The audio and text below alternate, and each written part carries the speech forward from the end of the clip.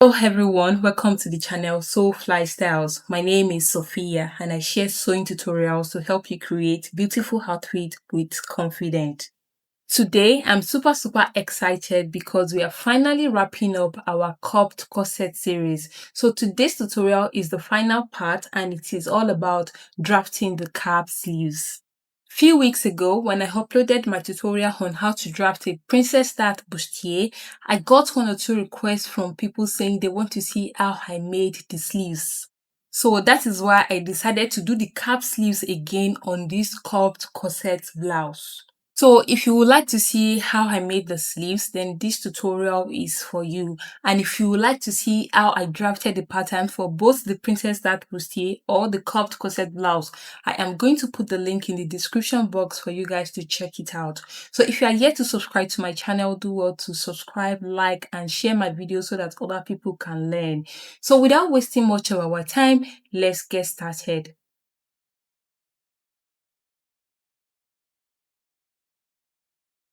So guys, for this tutorial, I am going to be using my basic sleeve block, and as you can see, I've gone ahead to draft the pattern off camera. So honestly, you can go ahead and use any method of drafting basic sleeve that you know. It is still going to work.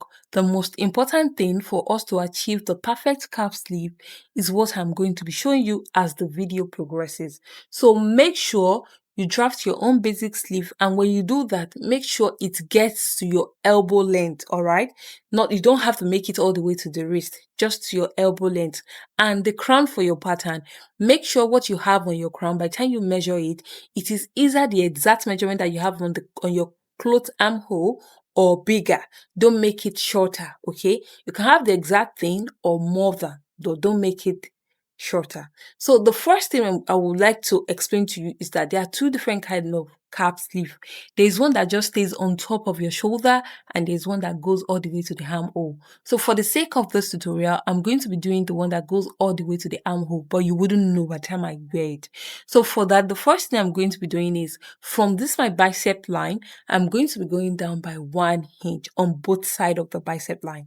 And please don't do more than 1 inch. 1 inch is the max that you can do here.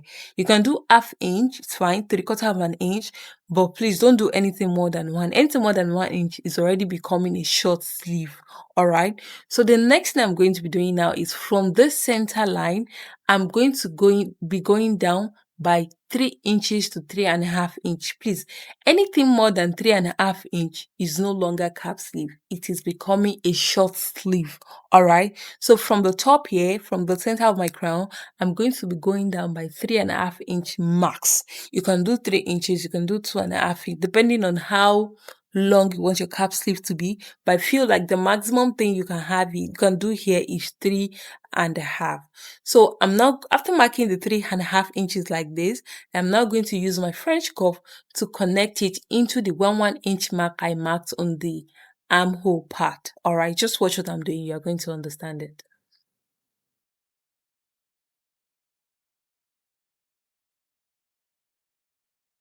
So to connect this, you can either use your ruler like I am doing now, or use your free hand if you know that you are good with your hands. So I'm not just a fan of free hand, so that is why, I just don't, if my ruler can do it, I see no reason why I should use my hand.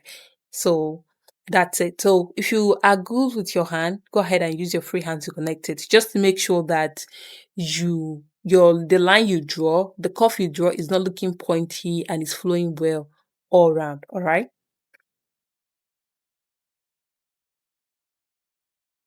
Now, if you do not like that extra bulkiness or gathers that I have on the shoulder of my sleeve, you can go ahead, just cut this out like this and you're good to go. But if you want that extra bulkiness that I have on my own, then we are going to take this pattern a step further. So the first thing we are going to be doing is we are going to be tightening this curvy part of the sleeve by a total of 3/4 of an inch. Okay, because of that curviness, we need to tighten it so that it doesn't gape. And then we are going to be tightening it with a total of 3/4 of an inch. All right. So I'm going to share that 3/4 of an inch on both sides of this center line like this. Then I'm going to use it to take a dart, connecting it straight into the top of my crown. So just watch what I'm doing. You are going to understand it.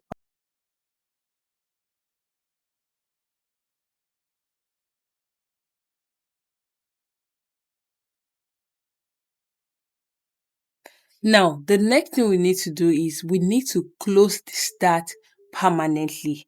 We are going to be closing it permanently. So for us to be able to close it, I will need to cut off this down part of the pattern. Actually, I don't need this down part anymore. I have already drawn out the cap sleeve. So the down part is no longer useful and it's okay for me to just cut it off. So I'm just going to be closing my dart like this, and I'm going to be using my paper tape to secure it. We are closing it permanently. We don't need this part of the pattern anymore. That's why we are closing the dart. We are trying to like contour the sleeve so that it doesn't gape. So by the time we close the dart, you will notice that this curvy part is not looking smooth again. So I'm going to be going in with my French curve to redraw that curvy part. Okay, so just watch what I'm doing. You are going to understand it.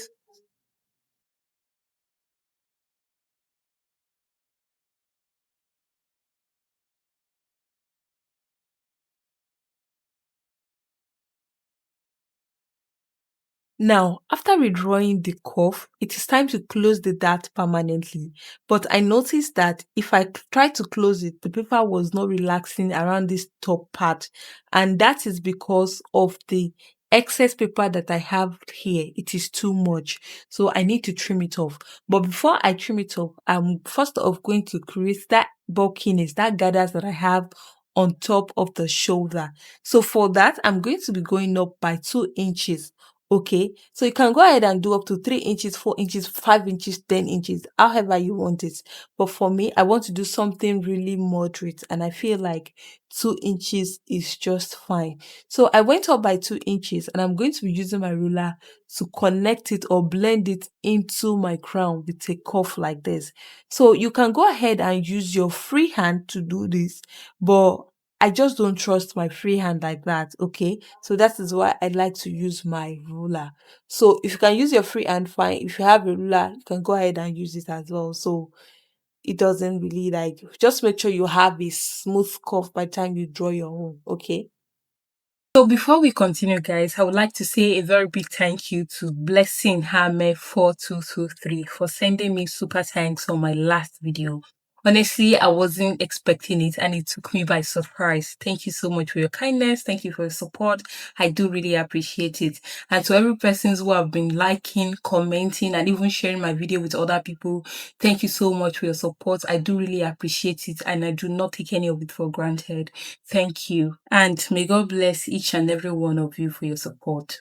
So now I can go ahead to cut my pattern out as it is, and I will now be able to close my dart permanently. So when you are done cutting your pattern, make sure you label it, the front and the back, because at this point it is easy for you to mix it up because the front and the back look alike, so you can easily mix it up. So make sure you label it very well. Close the dart and make sure you trim off all excess paper that you might have hanging around your sleeve pattern. All right, so right now when I'm done trimming off all the excess paper, I can now go ahead to cut it out on my fabric.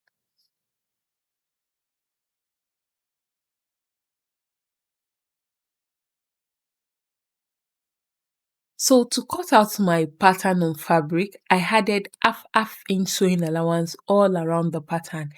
All around the pattern, I did half inch all around, and I've gone ahead to cut out the same thing on the lining as well. So before I pin the fabric from the lining, I mean the pattern from the main fabric, I am going to like you notch the front part so that I will know that okay, well, this part of the fabric is the front. So just make sure you do something to identify your front on the fabric, and make sure you notch the center of your crown both up and down.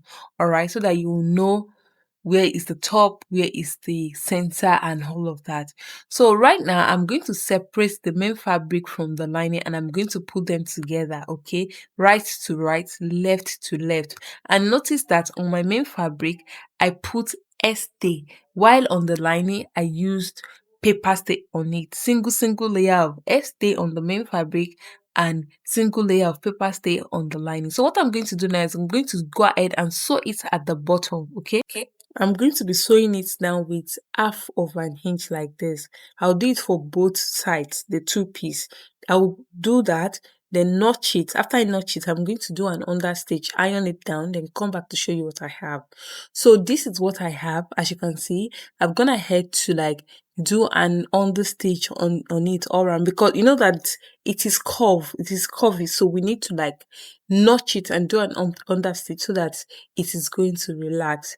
So the next thing I'm going to be doing now is I'm going to be opening it up like this. Then I'm going to sew this armpit area down. I'm going to be sewing it down with half-inch sewing allowance as well. No, I did half-inch sewing allowance, so that's what I'm going to be using to sew it down. All right, so I'll do that for both sides as well. Then I'll iron it down, then come back to show you what I have. So now I'm done stitching everything together and it is looking good already. So right now, by the time you measure what you have on the sleeve crown all around like this and you compare it with what you have on your cloth armhole, you will notice that what you have on your sleeve is much more than what you have on your cloth armhole. So that excess is what we are going to use to create the gathers that we have on the shoulder of the sleeve.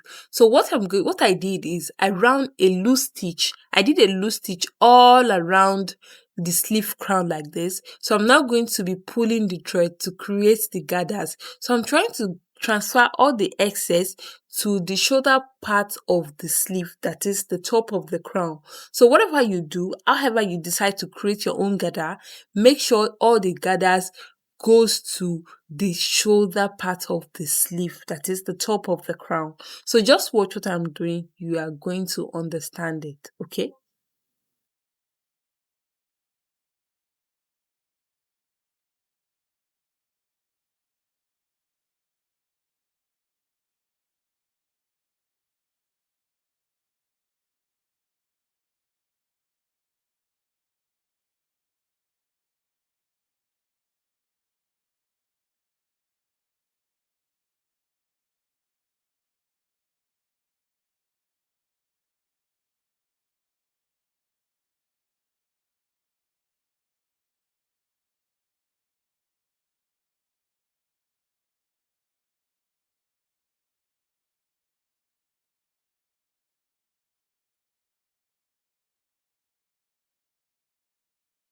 Right now, I am done with all the gathers that I need to do.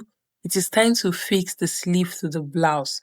Now, the first thing I'm going to be doing is to determine which of the sleeve goes to the right and which one goes to the left.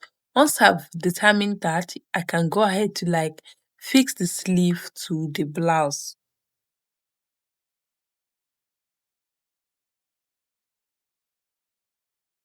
Now, to fix the sleeve to the blouse, the first thing I'm going to do is I'm going to find the notch of my crown, the one I did on the top of the sleeve. I'm going to find the notch and make sure it is resting on my shoulder seam that I have on the blouse itself. Okay, and I'm going to pin it together. Then I'm going to make sure that this armhole stitch, the one here, I'm going to make sure it is resting on the side seam that I have on the blouse. Okay, I'm going to make sure they are resting on top of each other and I'm going to use my pin to secure it. So after this, I am now going to like pulling the gathers that I did to ensure that it goes all around the armhole of the blouse. So just watch what I'm doing from here. You are going to get it. So like I told you, you just need to like the gathers is I only need the gather around the shoulder, the top of the crown. So from here, the sleeve is going to be straight, like from the armhole going up, it is going to be straight. So I'm trying to transfer all the gathers to the top of the sleeve. Just watch what I'm doing. You are going to get it. Notice that I'm trying to like from this part, the gather is straight. I didn't try to create gather there. So I'm trying to like transfer all the gather to the top. So that is how I was able to achieve that bulkiness or that gather that you saw on top of the sleeve. So once I am done here, I'm just going to pin everything together like this. I'll do the same thing for the second sleeve.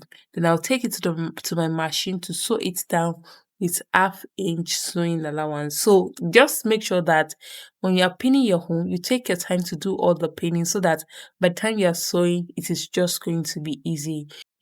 So guys, we've come to the end of today's tutorial. I hope you enjoyed watching it as much as I enjoyed making this video for you. So if you gain anything from this tutorial or you have any question for me, just drop it for me in the comment section. I am going to reply to you as soon as possible. And if you are yet to subscribe to my channel, please do that now. I really appreciate your support. Don't forget to like, share, and turn on the notification bell so you don't miss out when I upload new tutorials. And if you are yet to see the part 1, part 2, part 3, and part 4 of our Cupped Corset series, I'm going to put the links to them in the description box so that you can check them out.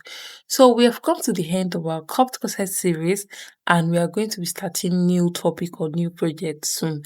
So until then, stay fly, stay stylish. Bye bye.